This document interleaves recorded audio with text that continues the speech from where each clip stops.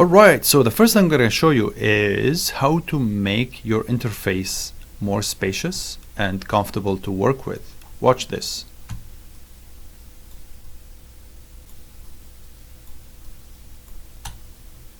Nice, right?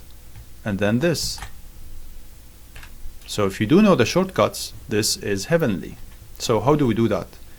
In order for us to get rid of the user interface elements, you go into the Windows, UI elements. I'm going to tear this off. But the faster way to do that would be spacebar, click and hold left mouse button, and then you have command line. Range slider, time slider, help line. We don't need these.